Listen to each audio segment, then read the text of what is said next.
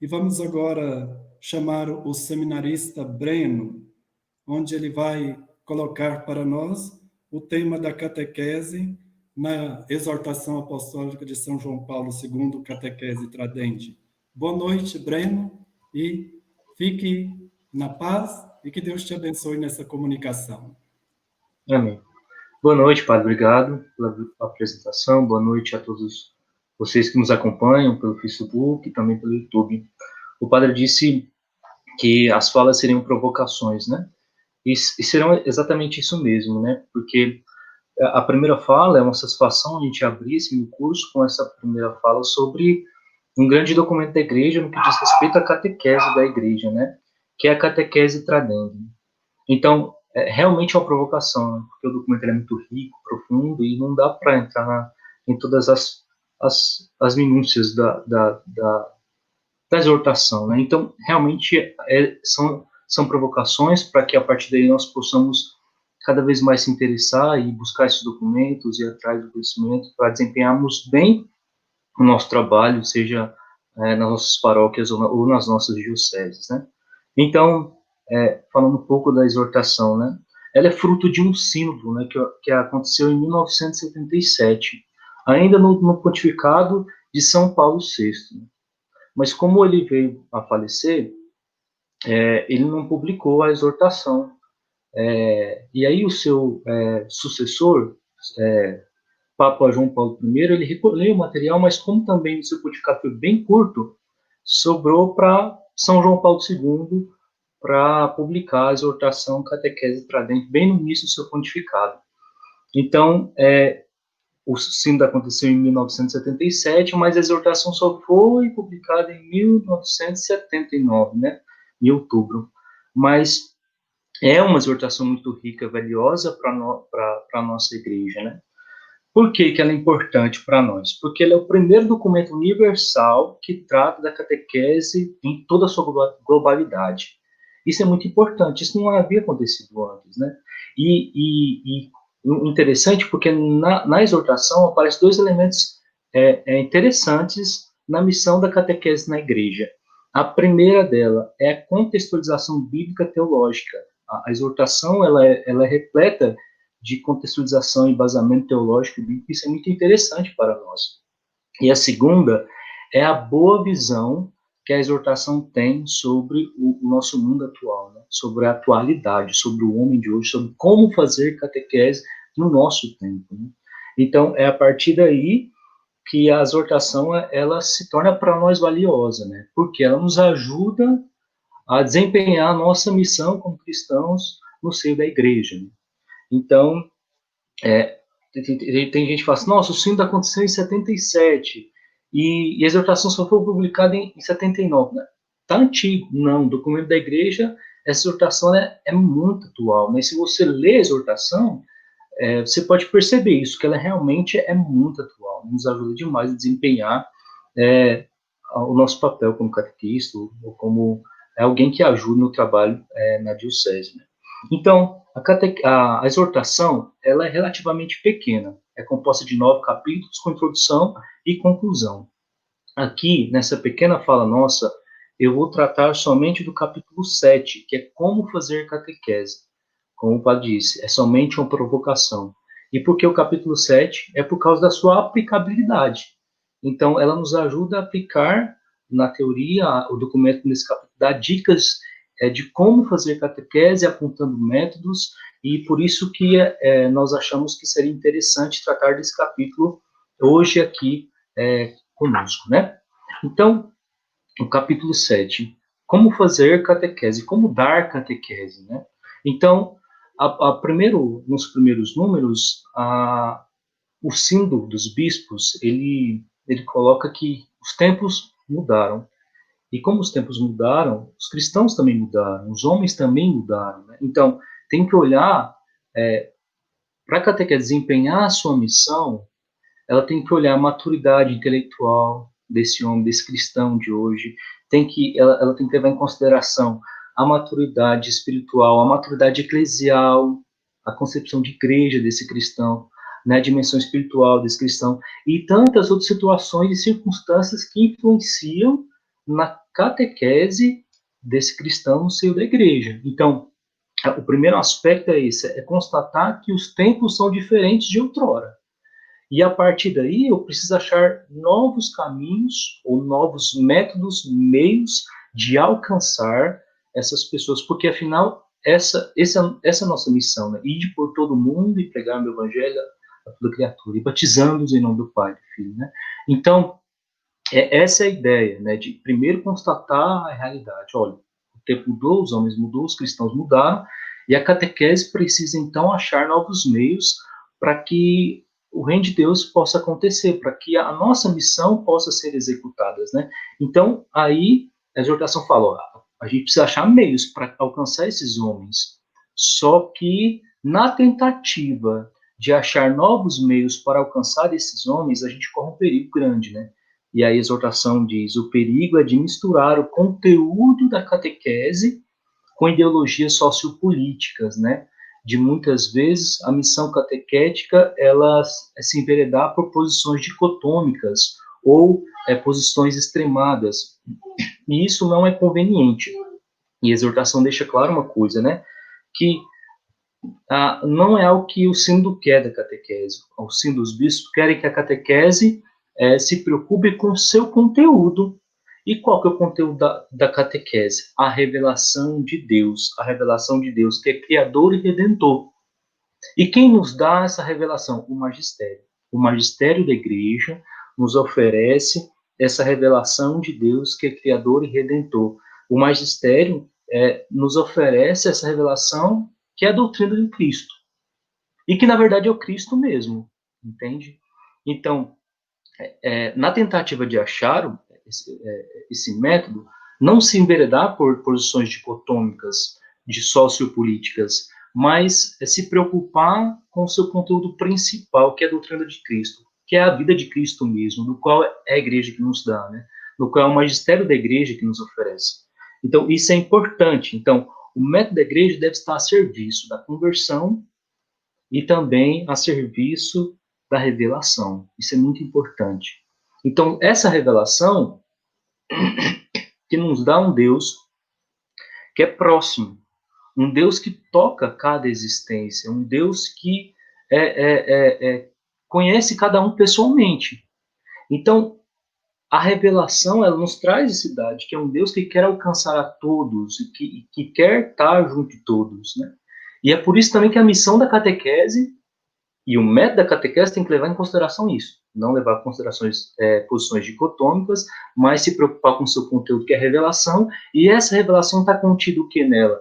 Um Deus que é próximo e que quer alcançar a todos, sem exceção, a todos os povos, a todas as culturas. Então, assim como Deus é próximo de cada pessoa, assim a catequese também tem que ser próximo de cada cultura, de cada pessoa, né, de cada nação e tudo mais. E por isso, ela tem que levar a revelação de Deus, dada pelo magistério, ela tem que levar a revelação de Deus ao coração de cada cultura, de cada povo, de cada nação. E por isso, ela tem que.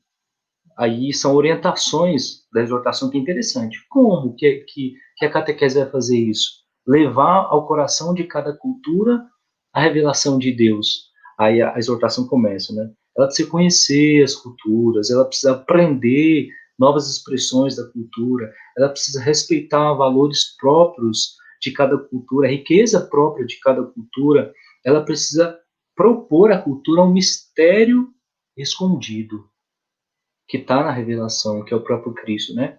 Mas, ao desempenhar isso, o Cinto coloca uma relação muito interessante entre evangelho e cultura, que é importante a gente gravar isso, é que não existe mensagem evangélica que está desvinculada totalmente da cultura, que não acontece no meio da cultura. Porque o evangelho, a evangelização acontece onde tem homem, e onde tem homem tem cultura, tem costume, tem povo, tem gente. E então esse é o primeiro aspecto. Não existe evangelização, não existe mensagem evangélica fora de cultura nenhuma, né? Sem cultura nenhuma, né? Não. Toda mensagem evangélica tem como base uma cultura, né? Cristo, ele veio numa cultura específica, né? E assim também tem que se levar em consideração que a mensagem evangélica ela também ela tá sobre um prisma de uma cultura, determinada cultura. Mas também aí vem o segundo ponto que é super interessante, é que a força do evangelho também transforma e regenera toda a cultura, né? Então, o evangelho nessa interrelação entre cultura e o evangelho mesmo, o evangelho ele transforma, ele regenera, ele eleva a cultura a um grau mais elevado, né? Porque está em contato com o próprio sagrado, com a revelação, com a doutrina do Cristo, que é o Cristo mesmo. Então, é importante levar em consideração para esse método da catequese, que quer alcançar as culturas, entender essa inter-relação entre evangelho e cultura. E uma coisa interessante que é falando disso, né, dessa inter-relação, aqui o documento fala de quão benéfico pode ser a contribuição das devoções populares, né, que através da devoção popular se pode conhecer, progredir no conhecimento de Jesus, né, dos seus mistérios e tudo mais. Então, lembrando que também há na cultura algo bom e que precisa ser valorizado, precisa ser elevado. E aqui eu vou falando desse método de catequese, o símbolo traz um aspecto interessante, que é a questão da memorização no processo catequético, a faculdade da memória do homem no processo catequético, né? A catequese, por muito tempo, teve como base, na sua missão, a memória, né? Porque, antigamente, muitas culturas eram regidas por uma tradição oral muito forte, né?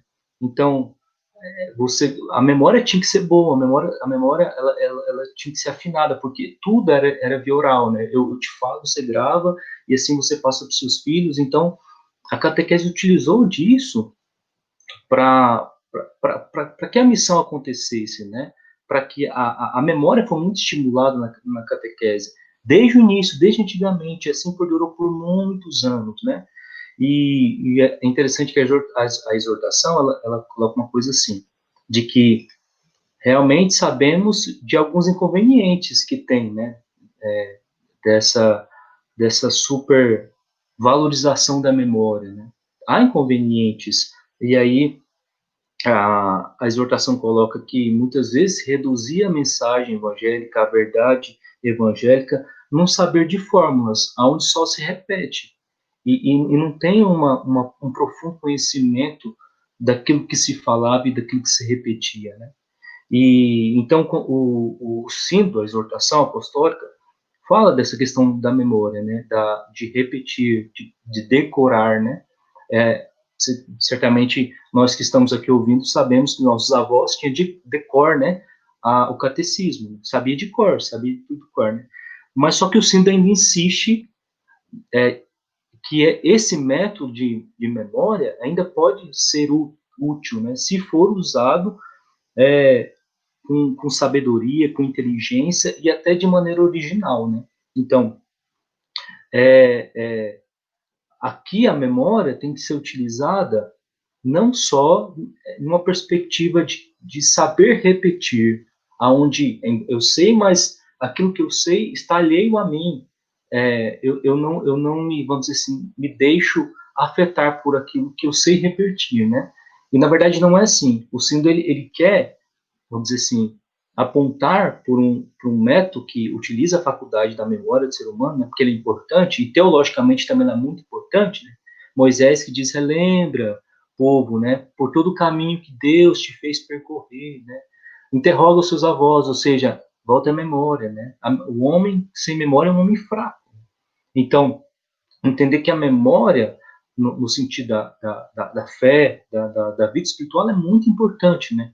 Sobretudo nós que fazemos memória, né, da paixão, morte e ressurreição de Jesus Cristo. Então, é isso que o símbolo traz quando tenta relacionar memória e catequese, não no sentido mais negativo, mas no sentido onde aquilo que eu tenho decor, de fato, esteja no meu coração, né? E esteja na minha vida.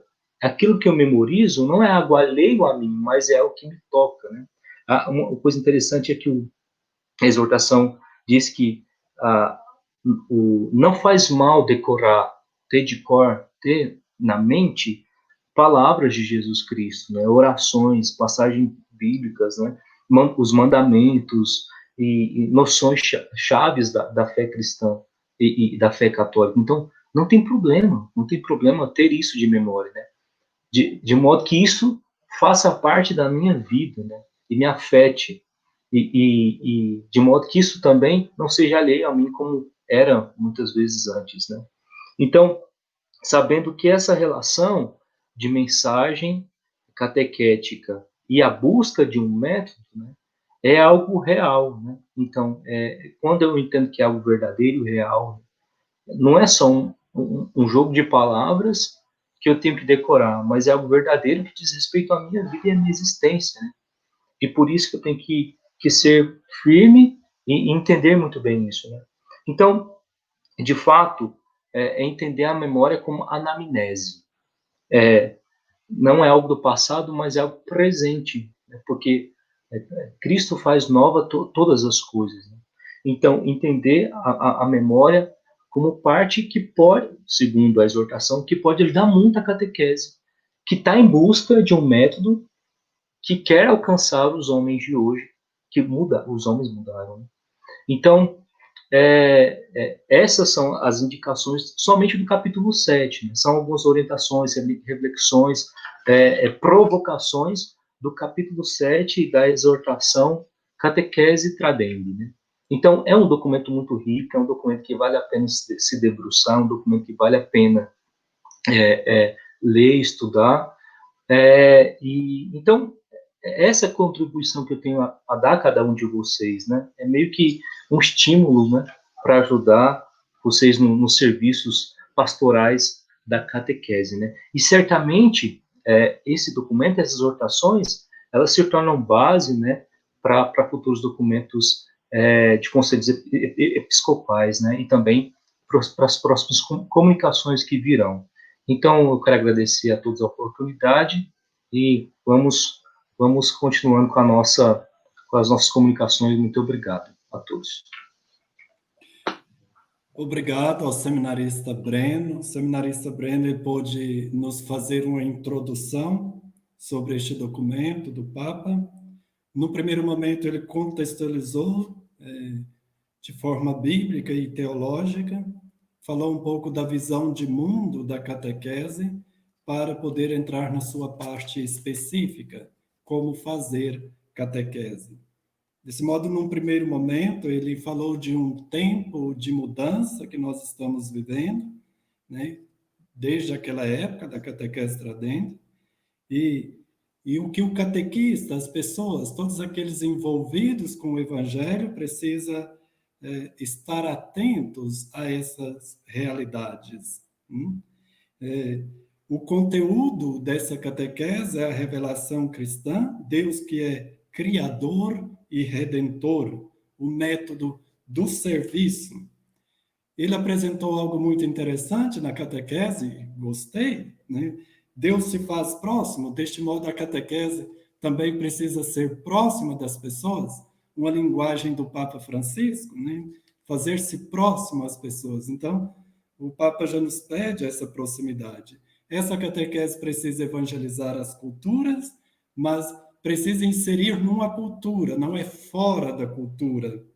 Mas a força do evangelho, ela transforma, eleva a cultura. Para isso, pode-se usar também o método da memorização com inteligência. O